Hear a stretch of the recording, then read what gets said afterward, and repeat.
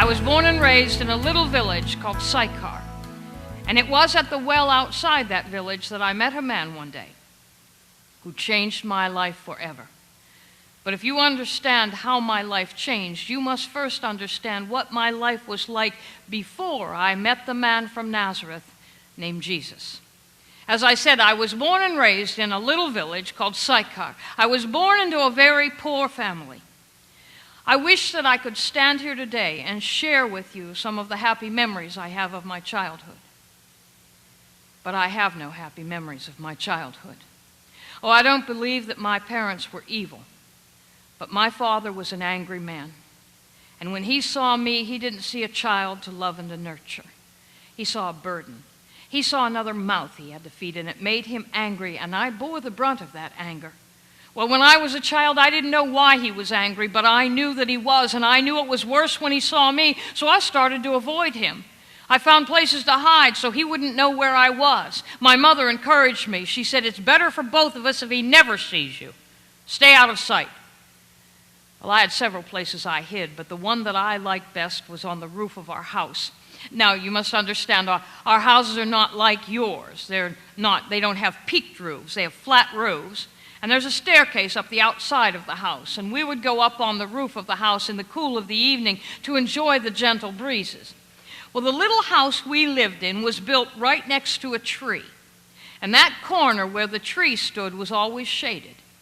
And if I went back in that corner and sat back there as far as I could, and I was very quiet, no one could ever find me unless they really looked for me.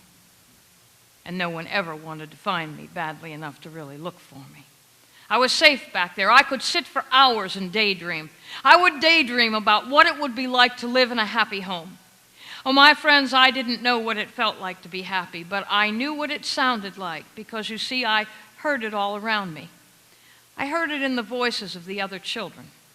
Oh, they weren't allowed to play with me, but I would hear them when they played together. And they would run and they would laugh. Sometimes they would call out to their mom and papa to come and watch what they were doing. And I always wondered what you felt like when you laughed like that. But I didn't find out. And when I reached the age at which I could be given in marriage, it didn't surprise me that my father was quick to arrange a marriage for me. Oh, I had heard him rail at my mother over the years. If you'd given me a male child, he would be worth something. He could work. This child is worthless to me. Well, as I got older, he realized I wouldn't be entirely unattractive when I reached marriageable age. He said, "At least she will fetch a mohar." The English word for mohar is dowry. It is an amount of money paid by the groom or his family to the parents of the bride to compensate them for the loss of their daughter. Now, we lived in a very different world than you do. Young women did not choose who they would marry. Their fathers made that decision for them. And fathers used various reasonings for their decisions. Some fathers were very concerned about the purity of bloodlines, the Hebrews, for instance. Some fathers were in business, and they wanted a son-in-law whose business would complement theirs or be the same as theirs. And some men, like my father, either because they were very poor or very greedy, or both, would wait until they found the man they thought would pay the greatest mohar to marry their daughter, and he would become her husband. I remember the day my father told me I was to be married. "Don't expect a betrothal. There will not be a wedding celebration. This man is older. He wants to be married at once. Prepare yourself." Well, I didn't have much to prepare, did I? I had nothing to take into this marriage. So in that time I was given to prepare, I went up on the roof of our house one last time, and I sat back in that corner, and I tried to sort out my feelings.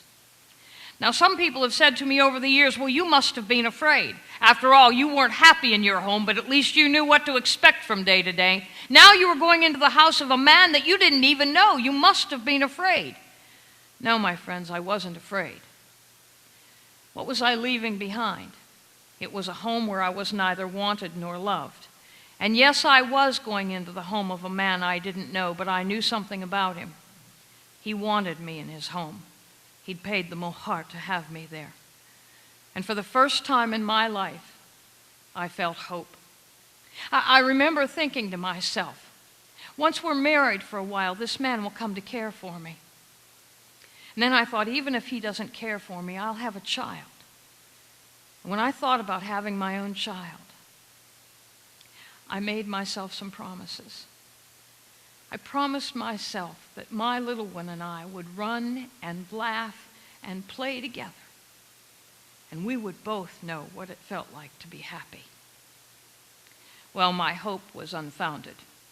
My husband didn't come to care for me, and I gave him no children, and it wasn't long until he tired of me, and he wrote me a certificate of divorce, and he sent me on my way. Well, I didn't know what to do at first. Oh, I knew what I couldn't do. I couldn't return to my parents' home. They'd made it clear I wasn't welcome there. I couldn't go to my husband's family. He didn't want me. They certainly didn't want me. Finally, I decided there was only one thing to do. I would arrange for a second marriage. And as I entered into that second marriage, interestingly enough, I clung to that hope. I think when you feel hope for the first time in your life, you're reluctant to give it up. I remember thinking to myself, this man is one I chose myself. He will come to care for me. Even if he doesn't care for me, this time I will have a child.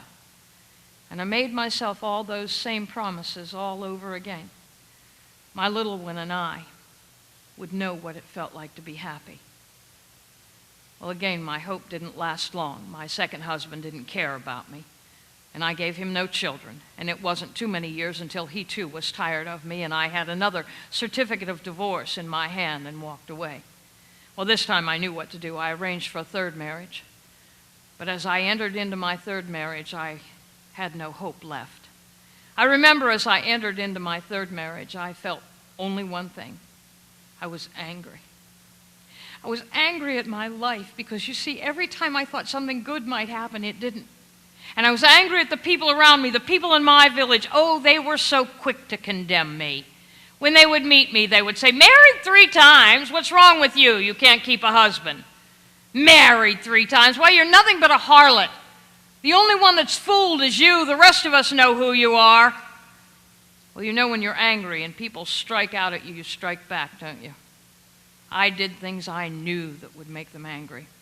First thing I would do is tell them what I thought of their life. They weren't there to help me. Not one of them offered me a place to live or food to eat. They were there to condemn me and to hate me and to judge me. I never pulled my hair back, and I stopped wearing a veil. And I went to the village when it was crowded. And when I met people, instead of looking down and away in shame as they thought I should, I carried myself like a princess. And I looked right into their eyes when I talked to them. But then my third marriage ended. And as I entered into my fourth marriage, I wasn't angry anymore. I was tired. I wanted everyone to just leave me alone. My fourth marriage didn't last long. Neither did the fifth. And I remember as I walked away from the home of my fifth husband with yet another certificate of divorce in my hands, I went off by myself to sort out my feelings. As I sat alone that day, I made myself a promise. Oh, I didn't promise myself anything about children and laughter and happiness. That wouldn't be a part of my life. No, that day, I promised myself that no one would ever hurt me again. I believe if I had one happy memory to cling to, maybe I wouldn't have made that decision, but I had nothing in my life but pain and judgment and condemnation, and I'd had all I could take of it. No one would ever hurt me again. Well, if you don't want to hurt, you have to stop feeling. And if you want to stop feeling, you have to isolate yourself. Oh, I'd already begun that process. Every time I was judged or condemned, I put a brick in the wall I'd built around myself. I no longer went to the village when it was crowded. I went when the only people there were the shopkeepers. And while they weren't friendly, if they thought I had money to spend, they'd keep a civil tongue in their head. I went to the well outside our village to get my water. It was 2 miles outside the village. And I went at the hottest hour of the day because, you see, no one would walk 2 miles in the heat of the day. I would always be alone there. I'd learned something about looking into people's eyes, too. It's not a good idea. Because, you see, if you look into someone's eyes, you can see how they feel about you. And if you look into